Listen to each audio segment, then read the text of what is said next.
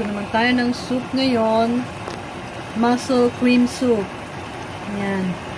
Gisa po natin siya sa butter. Lagyan ng konting cheese or cream cheese. And then half and half milk. O kaya maybe fresh milk o kaya basta bala na po kayo. May gatas po siya. Ayan, para may cream. Ayan. Cream soup. Malapot.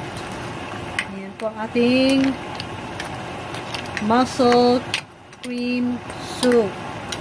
Ayan, lagyan ko lang ng isang sili para may sahog siya.